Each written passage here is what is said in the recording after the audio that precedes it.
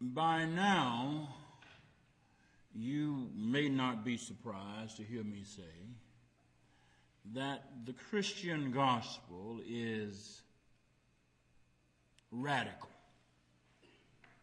and subversive. I say it so much because it's true. But in case anyone questions that the Christian gospel is radical and subversive, I offer the experience of Elizabeth and Mary, the two people quoted in this passage from Luke's gospel that Reverend McElroy led us in reading together this morning. Imagine being Elizabeth. She is a matronly woman whose biological clock was supposed to have stopped some years ago. But Elizabeth is pregnant. She's going to have a baby. Now that rocks the mind. That would rock any postmenopausal woman's mind. And it would rock the mind of any husband of any postmenopausal woman. What's more, Elizabeth's husband, Zachariah, the priest, is dumbstruck about the pregnancy. No, he's not dumbstruck in the way we usually talk about being dumbstruck, but having a loss for words. He is dumbstruck in the literal sense. He has lost the capacity to speak. He's been unable to say a word for weeks. Wonder how many pregnant women have envied Elizabeth for that. So Elizabeth's probably glad to get a visit from her cousin Mary. She's so excited at the sound of Mary's voice upon arriving for the visit that the sound makes the fetus move in her womb. Mary's voice rocks Elizabeth's womb deep.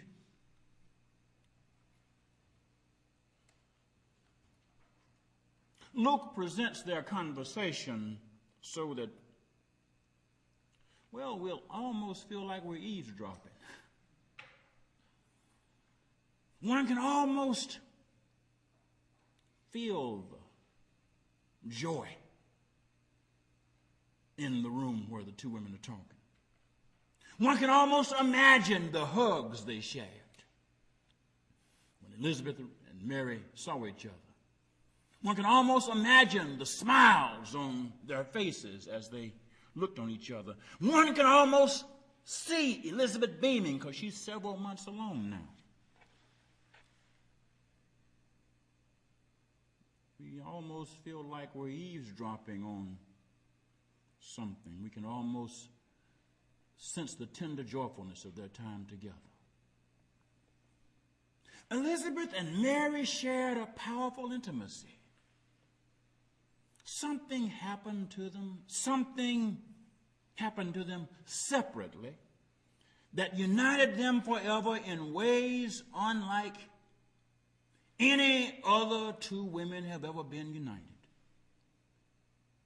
There's a certain bond, there's a certain kinship among women who are pregnant, to be sure.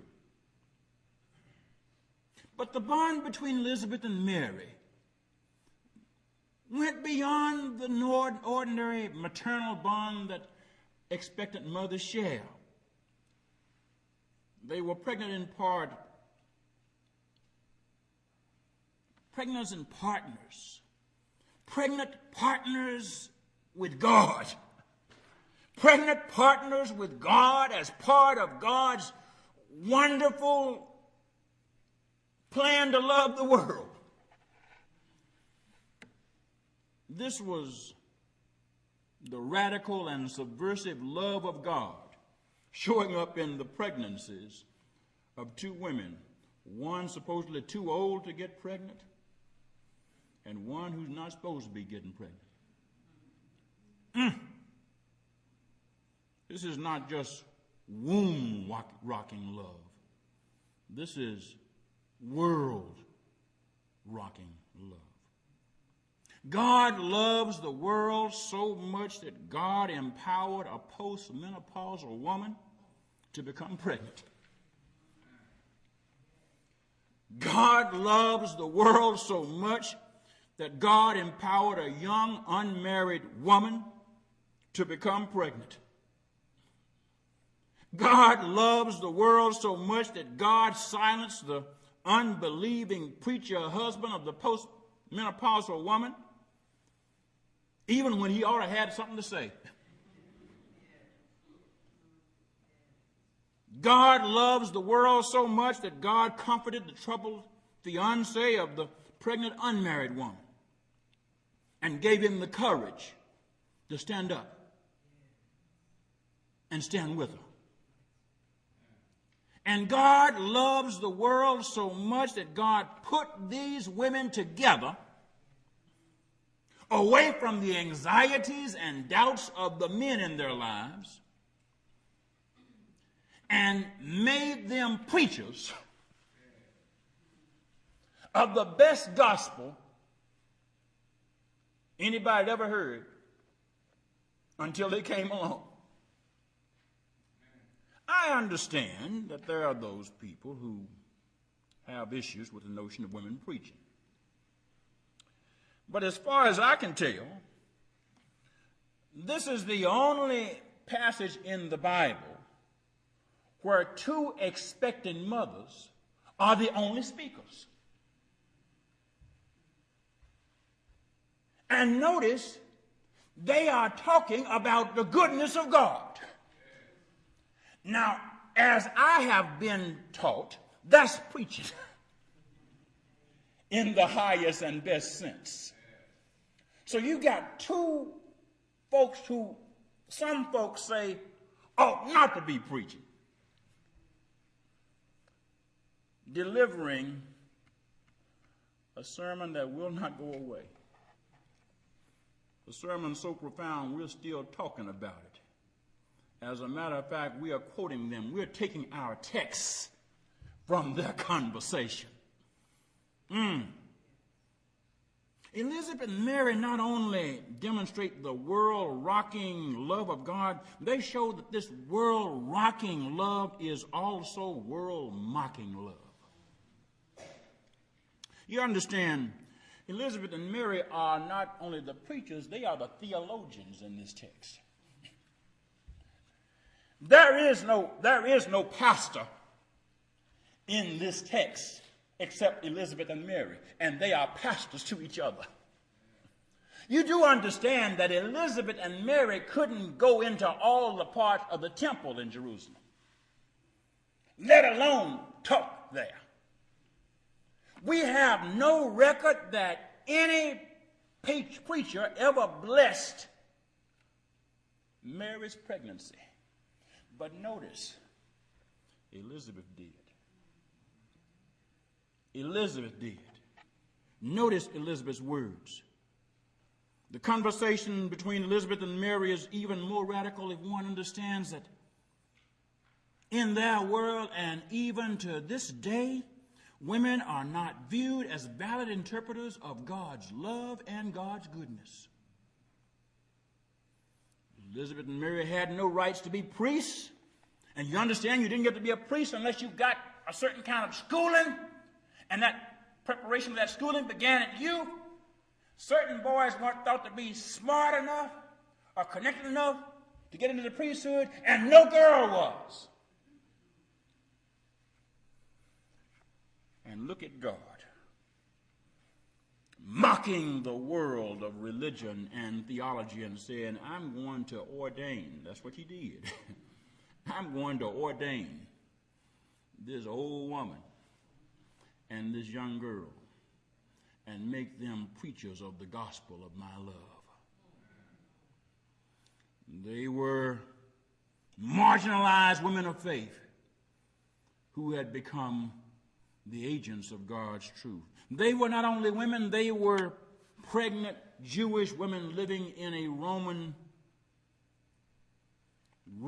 Palestine. Elizabeth and Mary were Roman subjects. They weren't Roman citizens. They were subjects of the Roman Empire, not citizens of the empire. They were subjects in an occupied territory. They were marginalized women concerning political power that had been called by the most powerful ruler in the world to become ambassadors of love. Elizabeth and Mary show us that God's love and our faith always operates from within the social and the political and the religious context of our living, but in doing so, God's love rocks and mocks those contexts to the core. God's love offers lessons that rock us to the core and mock the status quo of the realities we all call unchangeable. The stuff we say will never change. The stuff we say can't ever happen. God's love looks at that and says, I 10 times double dare you to deal with this. And gives us Elizabeth and Mary. Although religious orthodoxy and tradition locked Elizabeth and Mary out of being educated to become part of the priesthood, God's love showed up and ordained them anyway. God's love shut the mouth of that unbelieving preacher husband of Elizabeth and spoke through the believing Elizabeth anyway. And the man couldn't do a thing about it. God's love showed up in the life of that unmarried woman named Mary anyway. Elizabeth's greeting was the priestly blessing Mary needed, and is the only human blessing we read given to Mary in the New Testament before she was delivered by Jesus. We read about Anna and Simon coming on Epiphany Sunday after the child is 8 days old. But during the pregnancy, we don't read of any other human. We don't read of the Reverend in Mary's life say, I'm blessing this baby's pregnancy.